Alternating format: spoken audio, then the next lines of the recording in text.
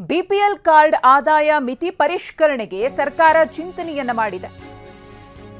ಪರಿಷ್ಕರಣೆಯ ಕುರಿತು ಸದನದಲ್ಲಿ ಕೆಎಚ್ ಮುನಿಯಪ್ಪ ಅವರು ಪ್ರಸ್ತಾಪ ಮಾಡಿದ್ದಾರೆ. ಕೇಂದ್ರ ಬಿಪಿಎಲ್ ಕಾರ್ಡ್ದಾರರ ಆದಾಯವನ್ನ ಮಿತಿಗೊಳಿಸಿದೆ. ಕೇಂದ್ರದ ಪ್ರಕಾರ ಆದಾಯದ ಮಿತಿ 1,20,000 ರೂಪಾಯಿ. ಕೂಲಿ ಕೆಲಸಗಾರರಿಗೂ ಕೂಡ ಪ್ರತಿದಿನ 500 ರೂಪಾಯಿ ಸಿಗುತ್ತೆ. ಹಾಗಾಗಿ ಇವರ ಆದಾಯ ವರ್ಷಕ್ಕೆ 1,80,000 ರೂಪಾಯಿಗಿಂತ ಅಧಿಕ ಇರುತ್ತೆ. ಇದನ್ನ ಪರಿಷ್ಕರಿಸಲು ಚಿಂತನೆ ನಡೆದಿದೆ ಅಂತ ಹೇಳಿ ಮುನಿಯಪ್ಪ ಅವರು ಮಾತನಾಡಿದ್ದಾರೆ.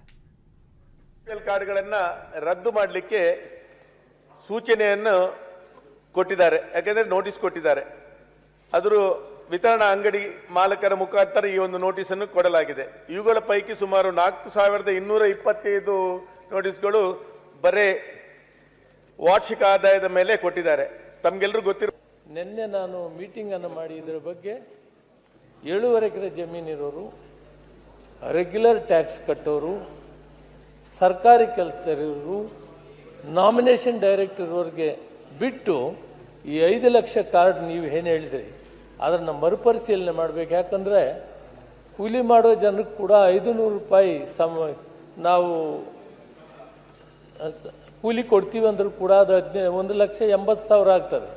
ಆದರೆ ಸರ್ಕಾರ 1,20,000ಕ್ಕೆ ಕೊಡಕೂಡ್ದು ಅಂತ ಹೇಳಿದಾಗ ಭಾಳಷ್ಟು ಕಷ್ಟ ಆಗ್ತದೆ. ಈ ವಿಷಯದಲ್ಲಿ ಮರುಪರಿಶೀಲನೆ ಮಾಡುವಂಥ ಚಿಂತನೆಯನ್ನು ನಿನ್ನೆ ಮೀಟಿಂಗಲ್ಲಿ ಅಧಿಕಾರಿಗೆ ಹೇಳಿದ್ದೀನಿ. ಬಿಪಿಎಲ್ ಕಾರ್ಡ್ ಆದಾಯ ಮಿತಿ ಪರಿಷ್ಕರಣೆಗೆ ಸರ್ಕಾರ ಚಿಂತನೆಯನ್ನ ಮಾಡಿದೆ.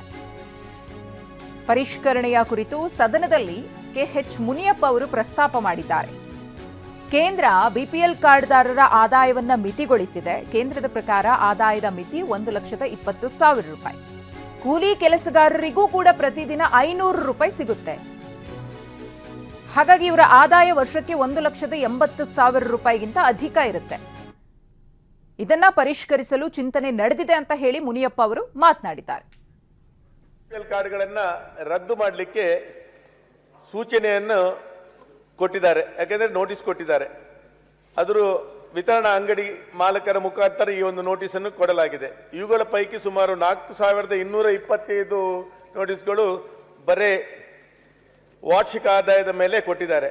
ತಮ್ಗೆಲ್ಲರೂ ಗೊತ್ತಿರೋ ನಿನ್ನೆ ನಾನು ಮೀಟಿಂಗ್ ಅನ್ನು ಮಾಡಿ ಇದರ ಬಗ್ಗೆ 7.5 ಎಕರೆ ಜಮೀನಿರೋರು, ರೆಗ್ಯುಲರ್ ಟ್ಯಾಕ್ಸ್ ಕಟ್ಟೋರು, ಸರ್ಕಾರಿ ಕೆಲಸದಲ್ಲಿರೋರು, ನಾಮಿನೇಷನ್ ಡೈರೆಕ್ಟರ್ ಅವರಿಗೆ ಬಿಟ್ಟು ಈ 5 ಲಕ್ಷ ಕಾರ್ಡ್ ನೀವು ಏನು ಹೇಳಿದ್ರಿ ಅದನ್ನು ಮರುಪರಿಶೀಲನೆ ಮಾಡಬೇಕು. ಯಾಕಂದರೆ ಕೂಲಿ ಮಾಡೋ ಜನಕ್ಕೆ ಕೂಡ 500 ರೂಪಾಯಿ ನಾವು ಕೂಲಿ ಕೊಡ್ತೀವಿ ಅಂದರೂ ಕೂಡ ಅದು 1,80,000 ಆಗ್ತದೆ. ಆದರೆ ಸರ್ಕಾರ 1,20,000ಕ್ಕೆ ಕೊಡಕೂಡ್ದು ಅಂತ ಹೇಳಿದಾಗ ಭಾಳಷ್ಟು ಕಷ್ಟ ಆಗ್ತದೆ. ಈ ವಿಷಯದಲ್ಲಿ ಮರುಪರಿಶೀಲನೆ ಮಾಡುವಂಥ ಚಿಂತನೆಯನ್ನು ನಿನ್ನೆ ಮೀಟಿಂಗಲ್ಲಿ ಅಧಿಕಾರಿಗೆ ಹೇಳಿದ್ದೀನಿ.